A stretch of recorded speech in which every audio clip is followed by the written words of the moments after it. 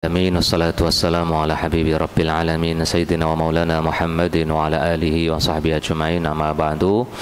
Subhanaka la ilma lana illa ma 'allamtana innaka antal alimul hakim. Fa'allimna ma yanfa'una wanfa'na bima 'allamtana wa zidna ilman wa hudan wa tuqan wa salahan walhiqna bi'ibadika salihin. Hadirin hadirat, alhamdulillah, pada pagi hari ini Allah izinkan kita untuk kembali berjumpa di kajian pekanan. Semoga semua dalam kondisi sehat walafiat. Langsung saja kita ke materi inti kajian fikih, karena memang momennya momen puasa ya. Momennya puasa, nggak perlu sarapan, ya wis langsung aja gitu. Terus ini Ustadz Aminnya tak minta untuk nyemain salah satu santri yang ingin dapat sanad, semoga lancar semuanya. Masuk ke bab penutup bab zakat, yaitu sedekah sunnah, sedekah tatawwu. Iya, sebelum menyampaikan perlu anak kasih titik tekan bahwa ini memang ada di kitabnya ya, di materi fikihnya itu ada. Ini kitab fikih manhaji ala mazhabil imam fikih al-mu'tamad fil fikih syafi'i. Di fikih manhaji juga ada mirip babnya itu. Bukan karena El-Tartil memiliki lembaga zakat, infak, sedekah akhirnya kita membahas bab sedekah sunnah, bukan itu ya. Nah, artinya ini kita bahas secara sisi fikihnya, bukan karena kami mengharapkan sedekah sunnah gitu, bukan. Ya, antum mau sedekah, sampai mau sedekah ke El-Tartil untuk masjid, untuk santri, terserah, monggo. Ke sedekah ke yayasan yang lain, ke tetangga, ke saudara dan sebagainya, monggo. Ini murni kita membahas tentang konsep sedekah sunnah dalam fikih.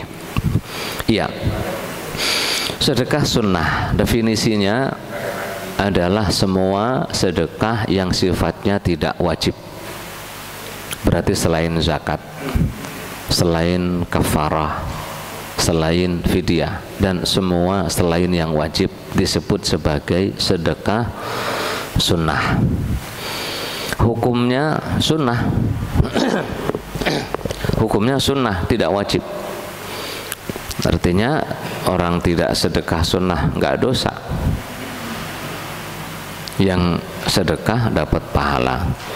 Karena hukumnya sunnah, siapapun, kiai manapun, ustadz manapun tidak boleh maksa masyarakat sedekah. Nggak boleh maksa sedekah sunnah. Paham ya? Kok Anda yang maksa sedekah sunnah, maksa? Ya salah yang maksa itu. Karena Allah Ta'ala tidak maksa orang untuk sedekah sunnah. Nggak boleh dipaksa. Allah maksanya wajib, zakat wajib. Mau zakat mal, mau zakat fitrah. Zakat mal dengan semua pembagiannya wajib. Ya wajib dikeluarin. Yang sunnah nggak boleh dipaksa. Ngajak orang bangun masjid nggak boleh dipaksa. Mobilisasi dana untuk kepentingan apapun tidak boleh dipaksa. Baik maksa secara langsung, ayo, ayo. Kalau nggak digebuk nggak boleh. Atau maksa dengan tidak langsung. Ini bahasa saya, maksa dengan tidak langsung. Nembak orang di tengah pengajian, nembak. Nah, mau 10 juta, 20 juta gitu. Mau 50 juta atau 100 juta. Nembak orang itu nggak boleh. Karena bisa jadi orang tadi ketika ditembak merasa risih, sungkan. Iya, seandainya ini ustadznya ini sangat istilahnya ditaati oleh jamaahnya, dihormati gitu, jadiin panutan. Di tengah jamaah nunjuk si fulan, Pak Fulan mau 100 juta atau 50 juta. Nah, dia enak nggak kalau nolak gitu? Dia ketahuan orang kaya, iya apa enggak? Dia ini orang kaya, ketahuan orang kaya, jamaah aktif pengajian, disayang sama gurunya, Ditunjuk lagi mau berapa. Keluar nggak kira-kira itu? Keluar. Nah itu maksa secara tidak langsung. Baginda Nabi Shallallahu Alaihi Wasallam tidak mau maksa. Ayo sedekah, yang punya satu mud, yang punya satu sa' silahkan satu sa' semampunya sedekah, gitu baginda Nabi. Tidak nunjuk kamu sedekah berapa, kamu sedekah berapa. Setelah datang baru ditanya Abu Bakar As-Siddiq, kamu sedekah berapa? Semua ya Rasul, harta saya. Umar bin Khattab, kamu sedekah berapa? Setengah. Sudah datang. Mobilisasi sifatnya umum, tidak ditunjuk di depan orang ini. Itu kalau menurut saya maksa secara tidak langsung. Khawatir namanya orang itu ada yang malunya gede, rasa malunya gede. Loh, ditunjuk sama kiai ini, sama ustadz, nggak enak kalau nggak nyeplos berapa gitu. Iya kan? Nah itu maksa dengan tidak langsung. Bagian maksa tidak langsung mengiming-imingi pahala yang seolah-olah bisa dipahami masyarakat. Jika sedekah sekian, dapat sekian, otomatis seolah langsung dapat. Nah itu repot itu. Maksa juga tidak langsung. Ya nggak bagus juga, nggak bagus. Ya memang benar. Yang bersedekah ini ada. Mathalul ladzina yunfiquna amwalahum fi sabilillahi kamathali habbatin ambatat sab'a sanabila fi kulli sumbulatin mi'atu habbah wallahu yudha'ifu liman yasha'u wallahu wasi'un alim. Perumpamaan orang-orang yang menafkahkan hartanya di jalan Allah seperti satu butir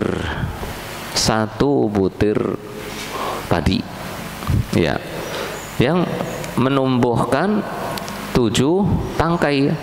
Dalam satu tangkai ada 100 padinya. Nah, ayo sedekah, nanti dilipat gandakan 700. Kalau nyedekahkan 1000 jadi 700.000. Nah, langsung pasti. Memastikannya itu loh yang berat, ya, memastikannya itu yang berat. Jadi memaksa dengan tidak langsung itu juga tidak bagus, tidak baik. Menganjurkan masyarakat sedekah, iya, anjuran baginda Nabi Shallallahu Alaihi Wasallam. Hadis riwayat Imam Muslim, wal yatasaddaqir rajulu min dinar wal yatasaddaq min dirhamih wal yatasaddaq min sa'i burrih wal yatasaddaq min sa'i tamrih. Hendaklah kalian bersedekah dengan dinarnya, dengan dirhamnya, 1 sa' gandum, 1 sa' kurma. Hendaklah bersedekah, dianjurkan baginda Nabi Sallallahu Alaihi Wasallam. Abu Sa'id, ini hadis Muslim, Abu Sa'id Al-Khudri meriwayatkan bahwa Rasulullah Sallallahu Alaihi Wasallam bersabda, man at'ama mu'minan ja'ian at'amahu Allahu min thimaril jannah wa man saqa mu'minan ala dhama'in saqahu Allahu ta'ala minar rahiqil makhtumi yawmal qiyamah wa man kasa mu'minan 'ariyan kasahu Allahu ta'ala min khudril jannah. Hadis Abu Dawud, Tirmidzi dan lain-lain. Siapapun yang memberi makan orang lapar, Allah kasih makan dia dengan buah-buahan surga. Siapapun yang memberi minum seorang beriman yang lagi haus, Allah akan memberikan dia minuman di surga. Siapapun yang memberi pakaian pada orang yang tidak berpakaian, Allah akan beri pakaian yang berwarna hijau dari surga. Nah itu keutamaan sedekah. Kita menyampaikan keutamaan. Sampean mau tafadhol, tidak mau monggo, tidak mau maksa kitanya. Hadis lain dari Abu Hurairah radhiyallahu anhu, anna Rasulullah sallallahu alaihi wasallam qaal, ma tasaddaqa ahadun min kasbin tayyibin illa akhadhaha Allahu bi yaminihi fayurabbiha kama yurabbi ahadukum faluwahu aw fasilahu hatta takuna a'zama minal jabalil azim. Hadis Bukhari Muslim. Tidaklah seseorang mensedekahkan satu hartanya kecuali Allah Subhanahu wa ta'ala ambil, Allah pelihara sedekahnya tadi. Sebagaimana kalian memelihara anak kuda, dipelihara sedikit, 1.000, 2.000, 5.000, 10.000, 100.000, 1.000.000. Mungkin sedikit, tapi Allah pelihara. Seperti kalian memelihara anak kuda, dari kecil dipelihara, jadi gede, iya apa enggak? Iya. Kata baginda Nabi, sampai anak kuda yang kecil itu a'zama minal jabalil azim, jadi lebih gede dibandingkan gunung yang paling gede. Gunung yang paling gede di dunia gunung apa, Pak? Uhud kecil. Everest mungkin. Mungkin Everest. Uhud dibandingkan Everest masih kecil. Gede Everest. Jadi yang kecil itu asalkan ikhlas lillahi ta'ala, ikhlas, nggak pengen dilihat orang, nggak pengen disorot kamera, nggak pengen dapat like, nggak pengen dapat pujian, nggak pengen apa-apa, murni lillahi ta'ala, oleh Allah dipelihara tuh sedekahnya, meskipun kecil jadi gede, jadi gede, jadi gede. Jadi di samping kita mementingkan banyak sedekah, pentingkan keikhlasannya, karena itu yang membuat sedekah dipelihara Allah hingga menjadi gede. Ya, hadis riwayat Bukhari, Muslim.